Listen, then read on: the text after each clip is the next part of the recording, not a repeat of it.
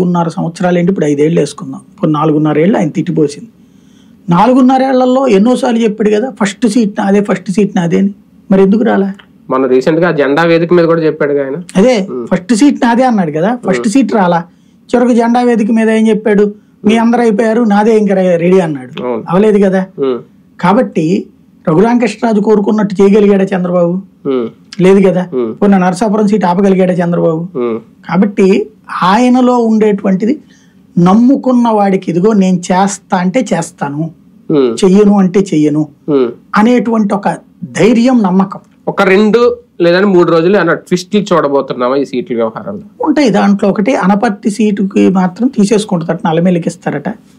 దాని తర్వాత ఉండి సీటు రఘురామకృష్ణరాజుకి కన్ఫర్మ్ అయ్యే అవకాశం ఉంది. నరసాపురం ఇవ్వనంటోంది బీజేపీ. దానికి బదులుగా ఇప్పుడు అనపర్తికి బదులుగా ముందు తంబళ్లపల్లి అన్నారు కానీ పురంధేశ్వరి వచ్చేటప్పటికి తంబళ్లపల్లి వద్దు, ఇక్కడ ఇది అని అడిగిందట.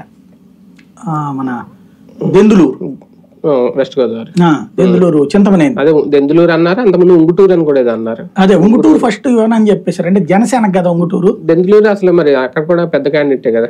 అదే మరి చింతమనేని ప్రభాకర్ జనసేన ఇవ్వనంది. ఇది ఇప్పుడు తెలుగుదేశాన్ని ఇది అడుగుతోంది. ఆవిడ తపనా చౌదరికి ఇప్పించాలని తపన పడుతోంది.